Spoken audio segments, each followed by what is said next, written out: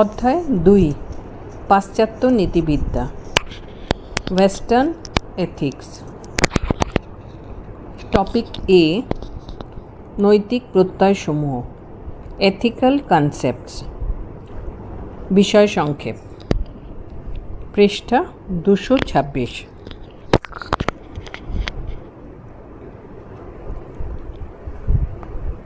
দ্বিবিধ পরিচয়ে মানব অস্তিত্ব।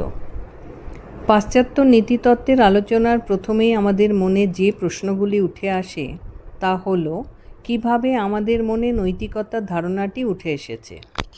এরই পরিপ্রেক্ষিতে বলা যায় যে মানুষের মনে দ্বিবিধ অস্তিত্বের পরিচয় পাওয়া যায়। মানুষের এই দ্বিবিধ সত্তা হল জৈবিক সত্তা ব্র্যাকেটে বায়োজেনেসিস এক্সিস্টেন্স ও আদর্শগত মূল্যবোধের সত্তা ভ্যালুড এক্সিস্টেন্স।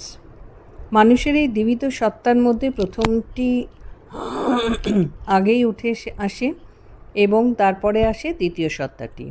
কারণ মানুষের প্রথম সত্তাটি যদি না থাকে তাহলে তার দ্বিতীয় সত্তার কোনো পরিচয় থাকে না।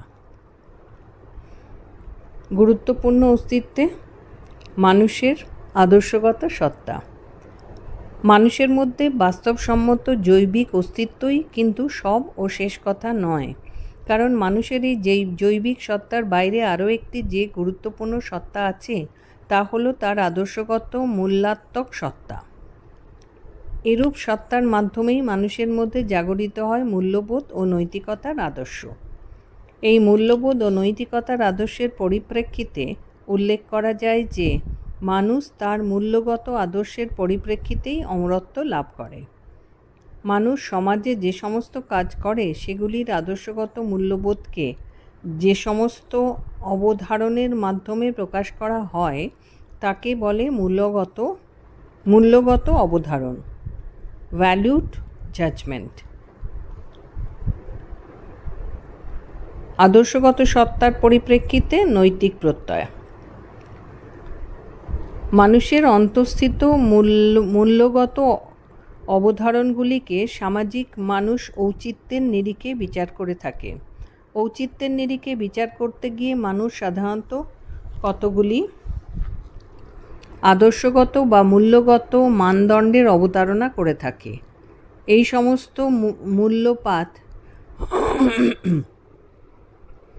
সমস্ত মূল্যগত মানদণ্ডকে নৈতিক প্রত্যয় বা এথিক্যাল কনসেপ্টস রূপে উল্লেখ করা হয়। এই নৈতিক প্রত্যয়গুলি হলো ভালো মন্দ ব্র্যাকেটে গুড অ্যান্ড ব্যাড,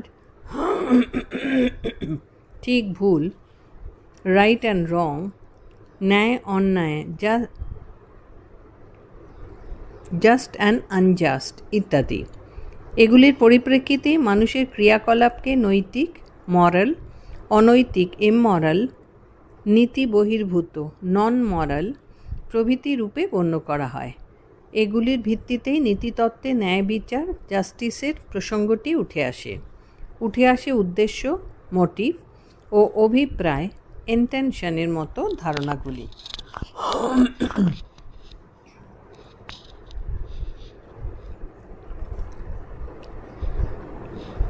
নৈতিক বিশ্বাস ও প্রত্যয়ের ভিত্তিতে নৈতিকতা।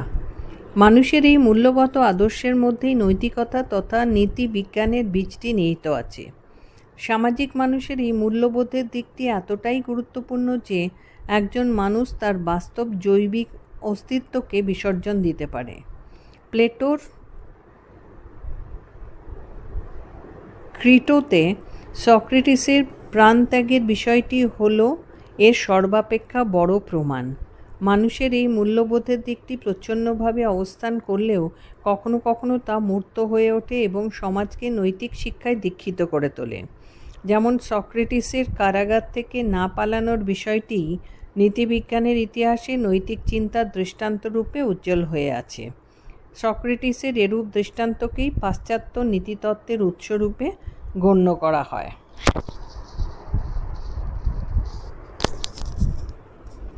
দীর্ঘ উত্তরভিত্তিক প্রশ্নাবলী। মার্কস 6। প্রশ্ন 1। নীতিবিজ্ঞানের স্বরূপ এবং বা বৈশিষ্ট্য কী তা উল্লেখ করো। উত্তর: নীতিবিজ্ঞানের স্বরূপ বা বৈশিষ্ট্য। নীতিবিজ্ঞানের স্বরূপ বা বৈশিষ্ট্যের পরিপ্রেক্ষিতে নিম্নের বিষয়গুলিকে উল্লেখ করা যায়। 1. বিজ্ঞান হিসেবে নীতিবিজ্ঞান।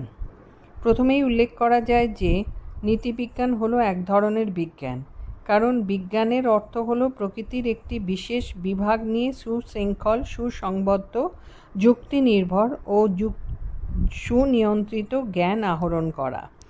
লৌকিক বা সাধারণ জ্ঞানের সঙ্গে বিজ্ঞানের পার্থক্য এইখানেই। কারণ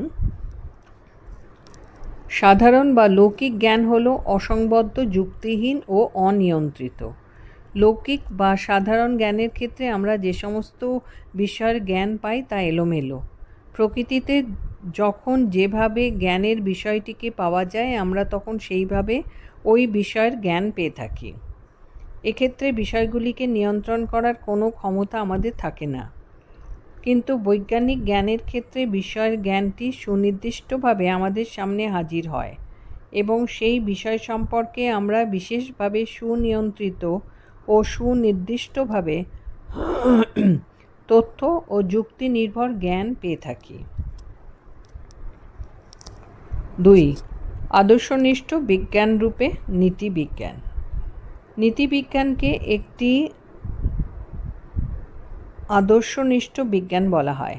বিজ্ঞানকে সাধারণত দুভাগে বিভক্ত করা হয়: বস্তুনিষ্ঠ বিজ্ঞান ও আদর্শনিষ্ঠ বিজ্ঞান। পৃষ্ঠা 227। বস্তুনিষ্ঠ বিজ্ঞানের কাজ হলো কোনো বিষয় বা ঘটনাকে ঠিক যেমন ঘটে সেভাবেই ব্যাখ্যা করা। অর্থাৎ বলা যায় যে এই ধরনের বিজ্ঞানের কাজ হলো কোনো ঘটনার যথাযথ আনুপূর্বিক বর্ণনা করা।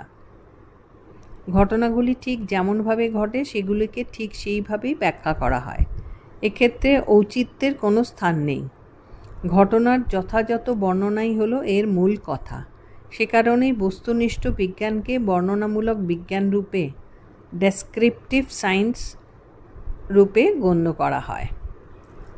নীতিবিজ্ঞানকে কখনোই বস্তুনিষ্ঠ বিজ্ঞান রূপে গণ্য করা যায় না, কারণ এক্ষেত্রে সামাজিক মানুষের আচরণের আনুপূর্বিক বর্ণনা দেওয়া হয় না।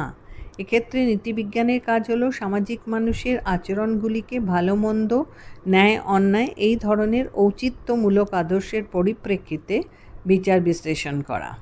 অর্থাৎ মানুষের আচার আচরণ ঠিক কেমন হওয়া উচিত এরূপ আলোচনাই করা হয় নীতিবিজ্ঞানে, এবং সে কারণেই নীতিবিজ্ঞানকে আদর্শমূলক বিজ্ঞান রূপে গণ্য করা হয়।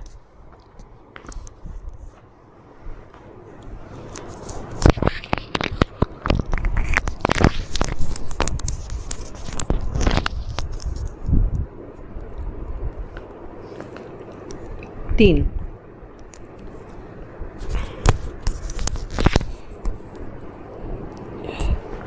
মানুষের নৈতিক আচরণের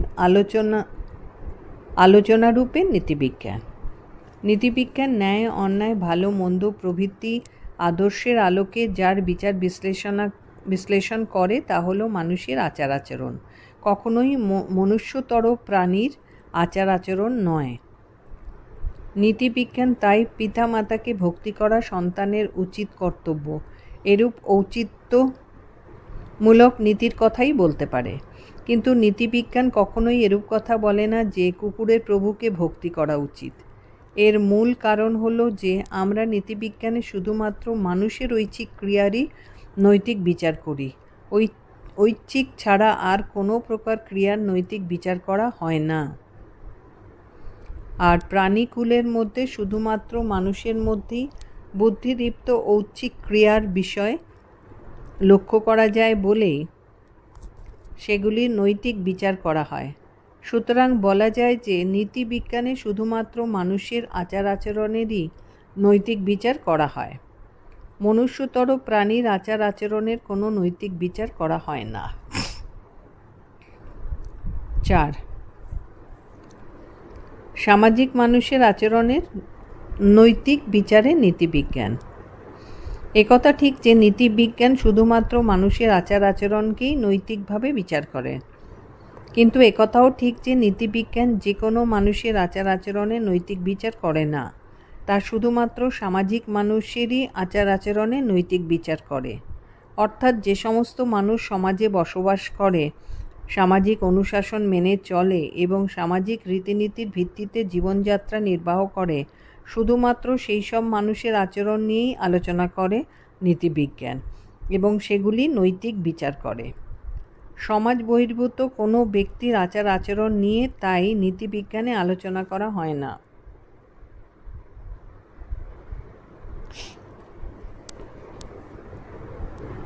কারণ নৈতিকতার বিষয়টি সামাজিক মানুষের মধ্যেই পারস্পরিক সম্পর্কের ক্ষেত্রে প্রতিফলিত।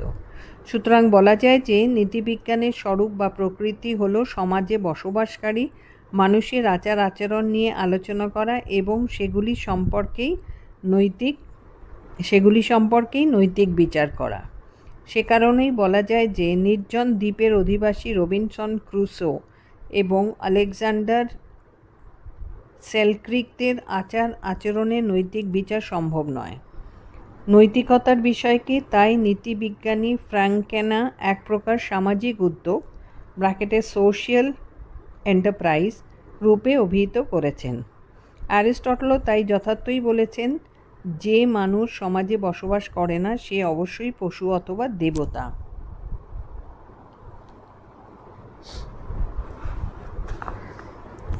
5. আদর্শমূলক নৈতিক মাপকাঠিতে নীতিবিজ্ঞান। নীতিবিজ্ঞানের স্বরূপ বা প্রকৃতিতে একথা বলা যায় যে নীতিবিজ্ঞান এমনই এক আদর্শমূলক বিজ্ঞান যা সমাজস্থ মানুষের আচরণগুলিকে কতগুলি নৈতিক আদর্শমূলক মাপকাঠির ভিত্তিতে বিচার বিবেচনা করে। নীতিবিজ্ঞানের এই সমস্ত মাপকাঠিগুলি হল ভালো মন্দ, ন্যায় অন্যায়, উচিত অনুচিত ইত্যাদি। এই সমস্ত মাপকাঠিগুলিকে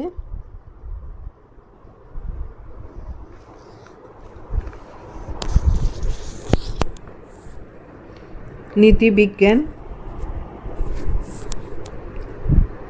আদর্শগত মাপকাঠি হিসেবে মেনে নিয়েছে এবং এগুলির ভিত্তিতেই সামাজিক মানুষের আচার আচরণের বিচার করা হয়। এরই পরিপ্রেক্ষিতে কোনো মানুষের কাজকে ন্যায় বা অন্যায়, উচিত বা অনুচিত হিসেবে উল্লেখ করা হয় এবং সেগুলিকে গ্রহণ অথবা বর্জন করা হয়। সুতরাং বলা যায় যে নীতিবিজ্ঞানের স্বরূপে কতকগুলি নৈতিক প্রত্যয়কে মাপকাঠি হিসেবে মেনে নেওয়া হয়েছে এবং সেগুলির সাহায্যেই নৈতিক বিচার করা হয়।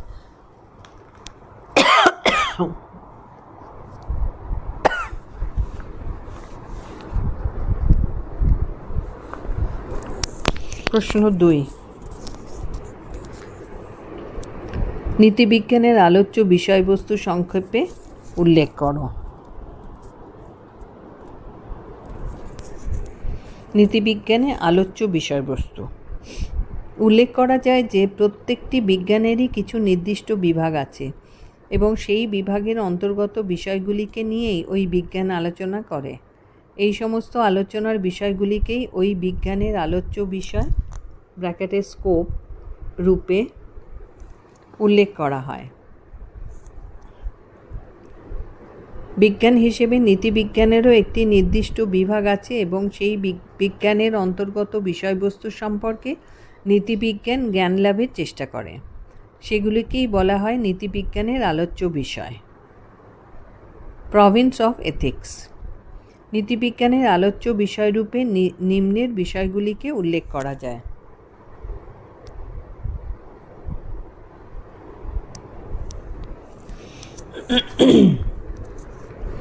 1.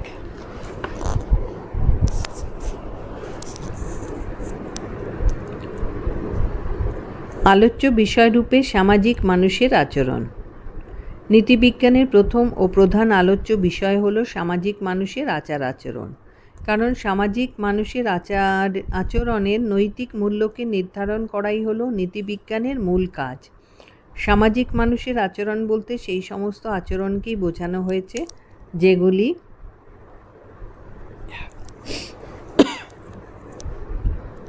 মানুষের ঐচ্ছিক ক্রিয়ারূপে গণ্য। সুতরাং বলা যায় যে মানুষের ঐচ্ছিক ক্রিয়াসমূহ, ঐচ্ছিক ক্রিয়ার উৎস ও বিভিন্ন স্তর, ঐচ্ছিক ক্রিয়ার স্বরূপ, ঐচ্ছিক ক্রিয়ার সঙ্গে সম্পর্কিত অন্যান্য বিষয়গুলি যেমন কামনা, বাসনা, ডিজায়ার, উদ্দেশ্য, মোটিভ এবং অভিপ্রায়, ইন্টেনশন প্রভৃতি বিষয়গুলিকেও নীতিবিদ্যার আলোচ্য বিষয়সূচির অন্তর্ভুক্ত করা হয়। 2. আলোচ্য বিষয় নৈতিকতার বিভিন্ন বিষয়। উল্লেখ করা হয়েছে যে নীতিবিজ্ঞানে সামাজিক মানুষের আচার আচরণে নৈতিক বিচার করা হয়। সে কারণেই বলা যায় যে নৈতিক বিচারের সংজ্ঞা, উদ্দেশ্য এবং প্রকৃতি প্রভৃতি বিষয়গুলিও নীতিবিদ্যার আলোচ্য বিষয়সূচির অন্তর্ভুক্ত হয়ে পড়ে। এছাড়াও বলা যায় যে নৈতিক বিচারের প্রকৃত কর্তা, নৈতিক বিচারের প্রকৃত বিষয় এবং নৈতিক বিচারের বিভিন্ন বৃত্তিগুলিও নীতিবিদ্যার আলোচনার অন্তর্ভুক্ত হয়ে পড়ে।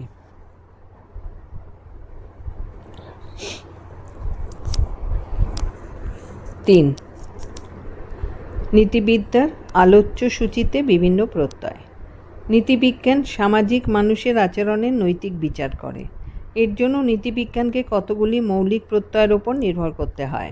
এই সমস্ত নৈতিক প্রত্যয়গুলি হল নৈতিকতা, নৈতিকতার প্রকৃতি, নৈতিকতার বিভিন্ন মানদণ্ড, ভালো মন্দের প্রত্যয়, ন্যায় অন্যায়ের প্রত্যয়, নৈতিক ও অনৈতিক প্রত্যয় এবং বিভিন্ন প্রকার যথার্থতা, অযথার্থতার প্রত্যয় বা ধারণা প্রভৃতি।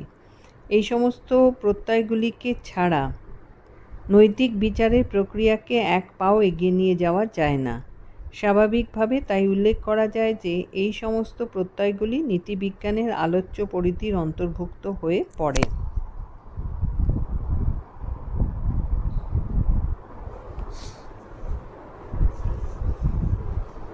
4. আলোচ্য বিষয়সূচিতে বিভিন্ন মাপকাঠি। নীতিবিজ্ঞানে নৈতিক বিচারের ক্ষেত্রে বিভিন্ন রকম মৌলিক প্রত্যয়গুলি ছাড়াও কতকগুলি মানদণ্ডকে স্বীকার করা হয়েছে। নৈতিক বিচারের মানদণ্ডরূপে বিভিন্ন নীতিবিজ্ঞানী বিভিন্ন রকম মানদণ্ডের উল্লেখ করেছেন। মিল এবং বেনথাম নৈতিকতার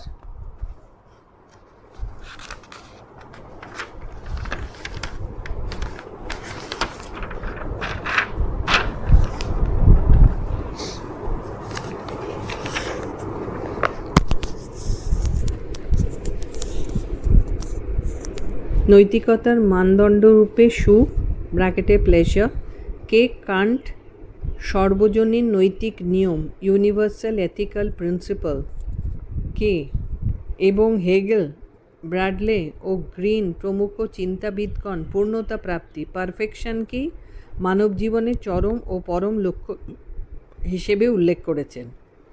পৃষ্ঠা 228। নৈতিকতার মানদণ্ডরূপে তাই এই সমস্ত বিষয়গুলিকেই স্বীকার করে নেওয়া হয়েছে। স্বাভাবিকভাবেই তাই উল্লেখ করা হয়েছে যে এই সমস্ত বিষয়গুলি নীতিবিজ্ঞানের আলোচ্য বিষয়সূচির মধ্যে এসে পড়ে। 5. আলোচ্য বিষয় নৈতিক বাধ্যবাধকতা। নীতিবিজ্ঞানে মানুষের আচরণের নৈতিক বিচার করা হয় বলে নৈতিক বাধ্যবাধকতা বোধ মরাল অব্লিগেশনস এর বিষয়গুলি এক্ষেত্রে উঠে আসে। কারণ নৈতিক বিচারের সঙ্গে বাধ্যবাধকতা বোধের বিষয়টি অত্যন্ত ঘনিষ্ঠভাবে জড়িয়ে আছে। এরূপ বাধ্যবাধকতা বোধ ছাড়া নৈতিক বিচার আদৌ সম্ভব নয়।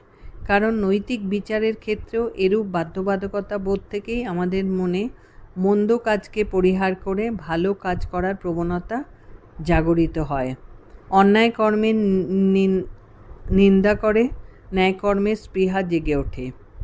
এইভাবেই ভালো মন্দ কর্মের প্রতি আমাদের মানসিক প্রবণতা প্রকাশিত হয়।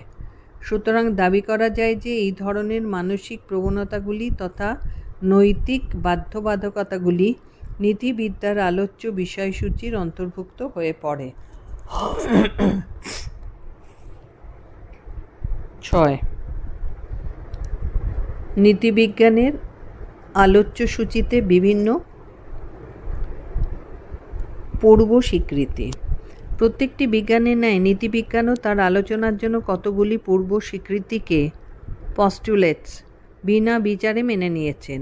এই সমস্ত পূর্ব স্বীকৃতিগুলির সাহায্যেই নীতিবিজ্ঞান তার নৈতিক আলোচনায় প্রবৃত্ত হয়। নীতিবিজ্ঞানে এই সমস্ত পূর্ব স্বীকৃতিগুলি হল: 1. ব্যক্তির ব্যক্তিত্ব, 2. বুদ্ধিবৃত্তি ও বিচার শক্তি এবং 3 ইচ্ছার স্বাধীনতা প্রভৃতি। এছাড়াও কষ্ট আরও 2টি পূর্ব স্বীকৃতির কথা বলা হয়েছে। এছাড়াও কান্ট আরও 2টি পূর্ব স্বীকৃতির কথা বলেছেন এবং সে দুটি হল 4 আত্মার অমরত্ব এবং 5 ঈশ্বরের অস্তিত্ব। এই সমস্ত পূর্ব স্বীকৃতিগুলি ছাড়া নৈতিক বিচার সম্ভব নয় বলে এগুলিও নীতিবিজ্ঞানের আলোচ্য বিষয়ের মধ্যে অন্তর্ভুক্ত হয়ে পড়ে। 7 আলোচ্য বিষয় নৈতিক কর্তব্য ও অধিকারসমূহ।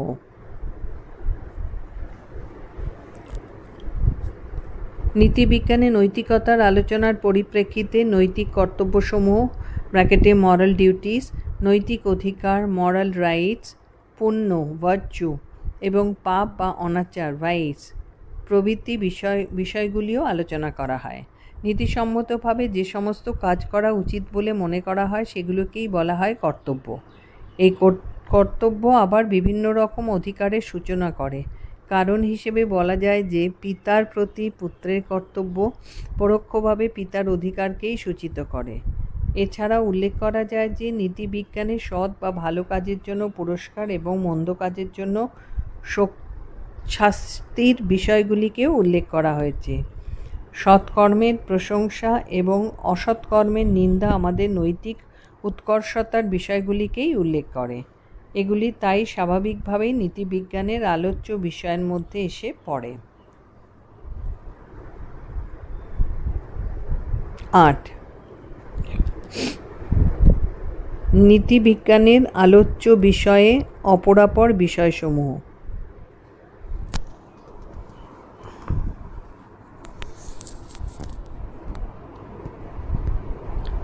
সবশেষে উল্লেখ করা যায় যে নীতিবিজ্ঞানের একক আলোচনা কোনো মতেই পূর্ণতা লাভ করতে পারে না যদি না তাকে অপরাপর বিষয় বা বিজ্ঞানগুলির সঙ্গে সম্পর্কিত করে তোলা যায়।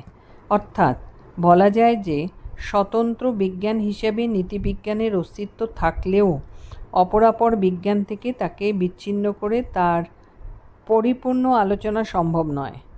অপরাপর বিজ্ঞানগুলির সহায়তায় নীতিবিজ্ঞান তার পূর্ণাঙ্গ আলোচনাকে উপস্থাপিত করতে পারে।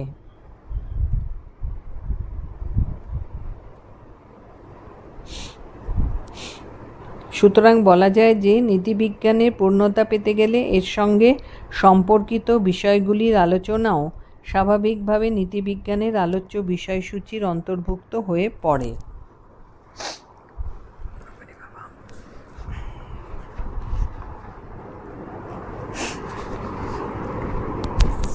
প্রশ্ন 3,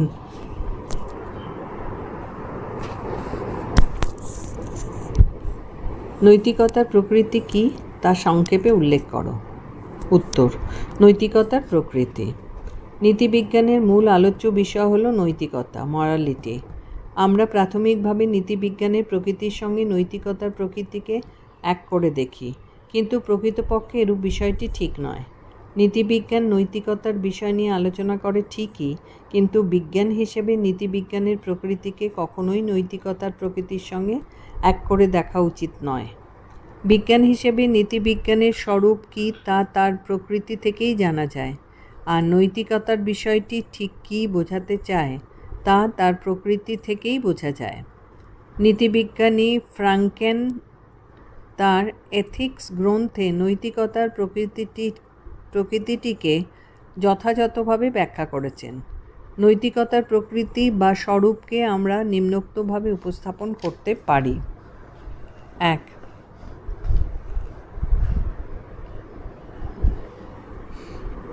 নৈতিকতার প্রকৃতিতে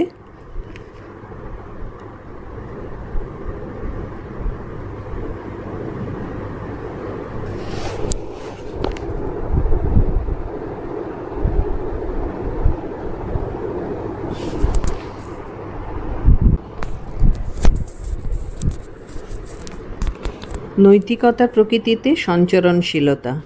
নীতিতত্ত্বে আলোচনায় দেখা যায় যে মানুষের সেই জীবনই কাম্য যা নৈতিকতা সম্পন্নরূপে বিবেচিত। এই নৈতিকতার বিষয়টি হলো নীতিতত্ত্বের সর্বাপেক্ষা গুরুত্বপূর্ণ বিষয়। এই নৈতিকতা ব্যক্তির মাধ্যমে প্রকাশিত হয় ঠিকই, কিন্তু তাকে কখনোই ব্যক্তিকেন্দ্রিক রূপে গণ্য করা যায় না, কারণ ব্যক্তিবিশেষের নৈতিকতার সঙ্গে অপর ব্যক্তিদের স্বার্থও যুক্ত থাকে। আবার একজন ব্যক্তির নৈতিকতা অপর ব্যক্তিদের মধ্যে সঞ্চারিত হয়, যেমন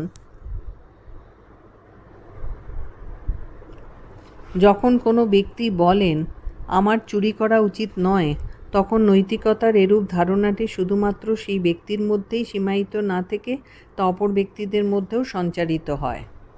2. নৈতিকতার স্বরূপে সর্বজনশীলতা। নৈতিকতা সম্পর্কিত যে সমস্ত বিধি বা নিয়ম দেখা যায় সেগুলি কখনোই ব্যক্তিকেন্দ্রিক রূপে গণ্য নয়, সেগুলি হল সর্বজনীন। কান্টের নৈতিক ধারণা নৈতিকতার এরূপ স্বরূপ বা প্রকৃতিকেই উদ্ভাসিত করে। সর্বজনীন নৈতিক নিয়মের প্রতি আনুগত্য প্রদর্শন করাই হল নৈতিকতার ধর্ম। উদাহরণস্বরূপ উল্লেখ করা যায় যে মিথ্যে কথা বলা উচিত নয়। এরূপ নৈতিক নিয়মটিকে শুধুমাত্র কোনো পরিস্থিতিকে বিচার করে প্রতিষ্ঠা করা হয়নি। এরূপ নৈতিক নিয়মটিকে যে কোনো পরিবেশ ও পরিস্থিতিতে সমানভাবে প্রযোজ্য। এর কোনো ব্যতিক্রম থাকা উচিত নয়। স্থান, কাল বা পাত্রভেদের সঙ্গে সঙ্গে এরূপ নীতিবাক্যটির অন্তঃস্থিত নৈতিকতা বোধের কোনো পরিবর্তন হওয়া উচিত নয়। সে কারণেই বলা যায় যে নৈতিকতার নিয়ম সর্বজনীনতার ভাব প্রকটিত। নৈতিকতার নিয়মে সর্বজনীনতার ভাব প্রকটিত। 3.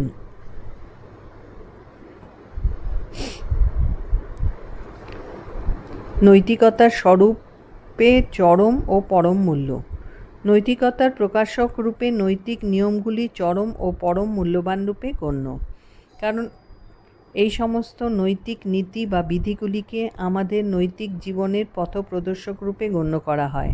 আমরা যখন কোনো কাজ করতে গিয়ে বিভ্রান্ত হই এবং একটি স্থির সিদ্ধান্ত গ্রহণে ব্যর্থ হই, তখন এই সমস্ত নৈতিক বিধিগুলি আমাদের পথনির্দেশ করে। সে কারণে এই সমস্ত বিধিগুলিকে নৈতিকতার আলোক দিশারি রূপে গণ্য করা হয়। এই সমস্ত বিধি বা নিয়মগুলি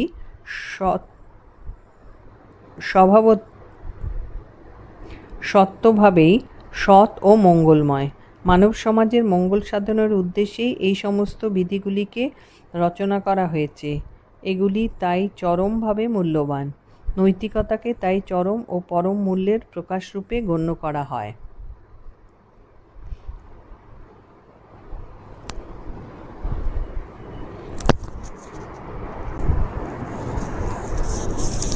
4. নৈতিকতার স্বরূপে বুদ্ধি সংজাত যুক্তি। নীতিতত্ত্বে উল্লেখ করা হয়েছে যে নৈতিকতা কোনো কাল্পনিক বা অবাস্তব বিষয় নয়, এ হলো মানুষের বুদ্ধি সংজাত ও যুক্তি নির্ভর বিষয়। কারণ যুক্তিহীনতার বেদিমূলে কোনো সর্বজনীন নৈতিকতা ও নৈতিক নিয়ম পড়ে উঠতে পারে না। নৈতিকতার ক্ষেত্রে তাই নিছক কোনো ব্যক্তিগত আবেগ বা অনুভূতি থাকতে পারে না। পৃষ্ঠা 229। নৈতিকতার এরূপ প্রকৃতির ওপরই সবিশেষ গুরুত্ব আরোপ করেছেন প্রখ্যাত নীতি দার্শনিক ইমানুয়েল কান্ট। তিনি যুক্তির ওপর নির্ভর করেই নৈতিক নিয়মগুলির ক্ষেত্রে সার্বজনীনতার কথা বলেছেন। তিনি তাই বলেন, সর্বজনীন নৈতিক নিয়মগুলি সবার ক্ষেত্রে সমানভাবে পালনীয়। এগুলির ক্ষেত্রে তাই কোনো রকম ব্যতিক্রম থাকা উচিত নয়। কান্ট তাই বলেন, ব্র্যাকেটে ইনভার্টেড কমার মধ্যে, বুদ্ধিদীপ্ত সৎ ইচ্ছা সবসময় বিনা শর্তে সৎ। 5. নৈতিকতার স্বরূপে বিবেকের অনুশাসন। নৈতিকতা হলো মানুষের বিবেকের অনুশাসন বা নির্দেশ। বিবেক বর্জিত কোনো ব্যক্তির তাই কোনো নৈতিকতাই থাকতে পারে না। একমাত্র বিবেকের দ্বারা তাড়িত হয়েই মানুষ নৈতিকতা সম্পন্ন কাজকর্ম করে থাকে।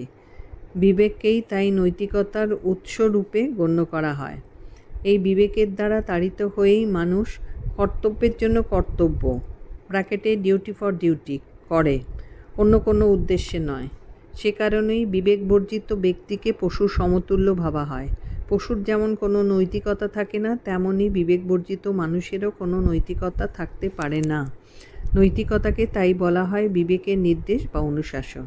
সে কারণেই বলা যায় যে কাজ বিবেক নির্দেশিত সেই কাজই নৈতিকতা সম্পন্ন ও যথোচিত রূপে গণ্য।